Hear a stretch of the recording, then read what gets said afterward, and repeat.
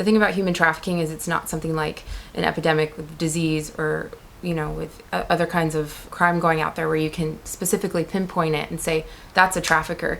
It's something that is very ambiguous, both locally and even across the country and globally. I did youth ministry, and a lot of my teenage girls in high school were rape victims, and I just saw how it affected their lives from when they were raped when they were little to it completely changed their lives and their relationships. We were inspired by our faith, which allowed us to say what's a way for either traffic victims or people coming out of, let's say, prostitution, or even your average woman or man to renew their identity. And for us, that comes from our faith.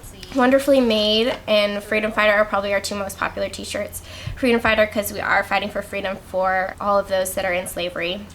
And Wonderfully Made, we are wonderfully made by the Lord, and we want to spread that message because it kind of ties in with human trafficking, because everyone who is in slavery is wonderfully made, even though they don't feel that.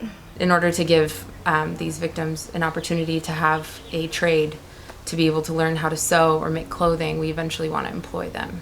We want to be able to have a lot of our design and production being done by the girls that we teach to work in fashion that have come out of the trafficking industry. You hear that slavery is worse today than it ever has been. It's a little bit overwhelming, and I think a lot of people sometimes don't know how they can help.